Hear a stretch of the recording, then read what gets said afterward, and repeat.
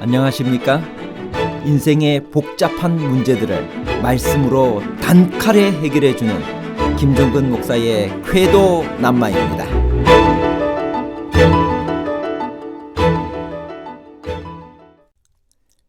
구약에는 아들이 없을 경우에 딸들도 기업을 물려받을 수 있었나요? 하나님께서는 슬로브핫의 딸들의 청혼을 들어주셨나요?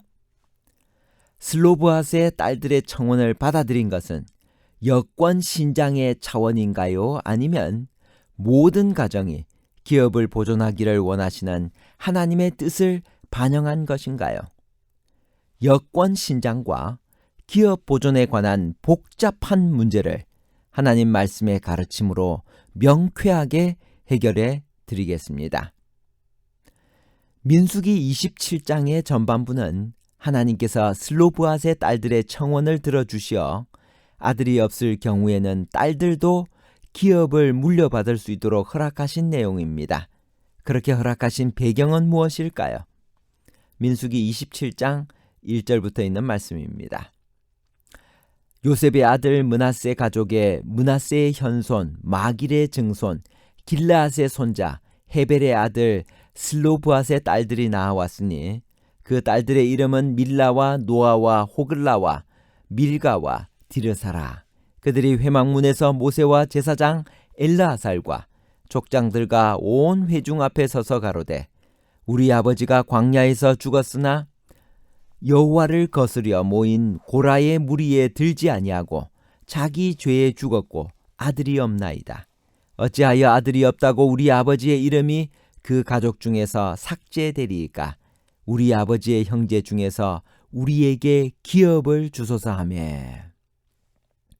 슬로브핫의 딸들은 자신들의 족보를 요셉까지 거슬러 올라가서 그 선조가 좋아하여 자신의 마지막 휴식처로 요청했던 그 땅에서 기업을 청구했습니다.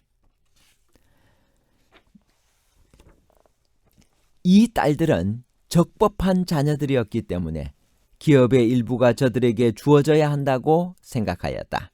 사실 어떤 대책이 마련되지 않으면 그 가족은 결국 소멸하게 될 것이었다.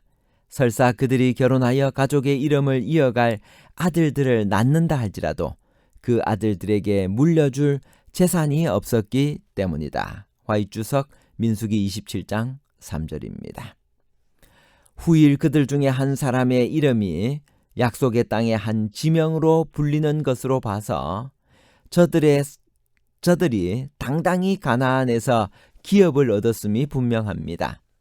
슬로브핫의 딸들 중 디르사가 있었습니다. 근데 열왕기상 15장 21절에 보면 바사가 듣고 라마 건축하는 일을 그치고 디르사에 거하니라 라고 슬로브핫의 딸의 이름으로 한 지명이 정해집니다. 하늘을 사모하는 사람들은 하늘을 얻고 세상을 사모하는 사람들은 세상에 남습니다. 오늘 우리는 슬로브핫의 딸들의 믿음을 발휘하여 하늘을 얻는 하루를 살아가도록 노력해야 됩니다. 우리의 말과 행동과 삶이 슬로브핫의 딸들의 열심으로 천국을 얻고자 하는 진지하고 간절한 삶을 살아야 합니다. 저는 개인적으로 하늘 소망이라고 하는 찬양을 좋아합니다. 이 찬양은 히브리서 11장 13절 14절에 이 사람들은 다 믿음을 따라 죽었으며 약속을 받지 못하였을 때 그것들을 멀리서 보고 환영하며 또 땅에서는 외국인과 나그네임을 증언하였으니 그들이 이같이 말하는 것은 자기들이 본향 찾는 자임을 나타냅니다. 믿음의 조상들은 하늘 본향을 바라보고 찾아 나아가는 사람들이었습니다. 하늘 소망의 제1절 가사를 제가 읽어드리겠습니다. 나 지금은 비록 땅을 버타이며 살지라도 내 영혼 저 하늘을 디디며 사네. 내 주님 계신 눈물 없는 곳 저 하늘에 숨겨둔 내 소망 있네. 보고픈 얼굴들 그리운 이름들 나 많이 생각나. 때론 가슴 터지도록 기다려지는 곳 내 아버지 넓은 품 날 맞으시며 저 하늘에 쌓아둔 내 소망 있네. 주님, 그 나라에 이를 때까지 순례의 걸음 멈추지 않으며 어떤 시련이 와도 나 두렵지 않네. 주와 함께 걷는 이 길에. 슬로보앗의 딸들은 하늘 소망을 가지고 살았습니다. 이제 이 마지막 시대를 살아가는 여러분과 저, 그리고 청취자 여러분 모두가 하늘 소망을 가지고 믿음으로 전진, 또 전진해 나갑시다. 주님과 함께 걷는 이 길에 어떤 시련이 와도 나 두렵지 않네. 주와 함께 걷는 이 길에. 민수기 27장 7절에 그들의 아버지의 형제 중에서 그들에게 기업을 주라는 말씀은 무슨 뜻인가요? 슬로브앗에게 아들이 없었기 때문에 그의 기업이 이미 그의 형제들에게 분배되어 있음을 뜻합니다. 즉 슬로브앗 딸들의 큰아버지 혹은 작은 아버지가 대신 물려받은 기업 중에서 슬로브앗의 몫을 그의 딸들에게 돌려주라는 말씀입니다. 여호수아가 모세의 후계자로 선택된 이유가 무엇이라고 성경은 이야기하나요? 민수기 27장 18절 개정 성경으로 읽습니다.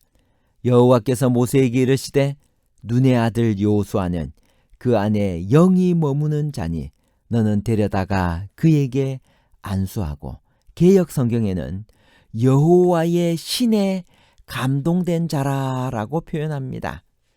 하나님이 말씀하시는 유일한 지도자의 자격은 그 안에 하나님의 신이 머무는 자입니다. 이것이 하나님의 절대 기준이었습니다. 영적 지도자를 세울 때 하나님께서는 그 안에 하나님의 영이 머무는 자를 찾으셨습니다. 오늘 우리의 마음은 무엇으로 가득 차 있습니까? 욕심입니까? 탐심입니까? 남을 미워하는 마음입니까? 염려나 걱정, 근심입니까? 하나님은 오늘 우리의 마음이 하나님의 신, 하나님의 영으로 감동되어 하나님의 영에 속한 사람으로 살아가기를 바라고 원하고 계십니다. 출애굽기 17장 9절 10절에 다음과 같은 말씀이 있습니다. 모세가 여호수아에게 이르되 우리를 위하여 사람들을 택하여 나가서 아말렉과 싸우라. 내일 내가 하나님의 지팡이를 손에 잡고 산 꼭대기에 서리라. 여호수아가 모세의 말대로 행하여 아말렉과 싸우고 모세와 아론과 홀은 산 꼭대기에 올라가서, 그때 여호수아는 순종했습니다. 자신의 생명을 걸고 지도자인 모세가 산 꼭대기에 올라가 있을 때 젊은 여호수아는 목숨을 걸고 아말렉과 싸웠습니다. 왜냐하면 여호수아는 이미 그 안에 하나님의 신이 머무는 자였기 때문입니다. 하나님의 영이 거하는 사람, 로마서 8장 9절에 있는 말씀입니다. 만일 너희 속에 하나님의 영이 거하시면 너희가 육신에 있지 아니하고 영에 있나니 누구든지 그리스도의 영이 없으면 그리스도의 사람이 아니라. 마지막 시대를 살아가는 우리는 여호수아처럼 영에 거하는 자, 영에 속한 사람, 영의 인도로 살아가는 그리스도의 사람이 되어야 됩니다. 그리스도의 영이 없으면 그리스도의 사람이 아니라고 성경은 이야기합니다. 지도자의 가장 큰 자질은 그 안에 하나님의 영이 머무는 자입니다. 모세의 일생에서 배울 교훈은 무엇인가요? 첫 번째, 애굽의 모든 영화를 버렸습니다. 두 번째, 광야의 모든 고초를 당했습니다. 세 번째, 소원을 이루지 못하고 비스가 산에서 쓸쓸한 죽음을 맞았습니다. 그러나 하나님께서 그를 부활시키셨습니다. 결론입니다. 첫 번째, 므낫세의 후손들인 슬로브앗의 딸들은 기업을 달라고 요구했고 슬로브앗의 몫을 그의 딸들에게 돌려주었습니다. 두 번째, 여호수아는 모세의 후계자가 되어 지도자로 임명을 받았습니다. 지도자의 가장 큰 자질은 그 안에 하나님의 영이 머무는 자입니다. 이것이 없이는 아무리 재능이 뛰어나다 하더라도 그리스도인 지도자가 될 수 없습니다. 세 번째, 마지막 시대를 살아가는 성도는 여호수아처럼 영에 거하는 자, 영에 속한 사람, 영의 인도로 살아가는 그리스도의 사람이 되어야 합니다. 감사합니다.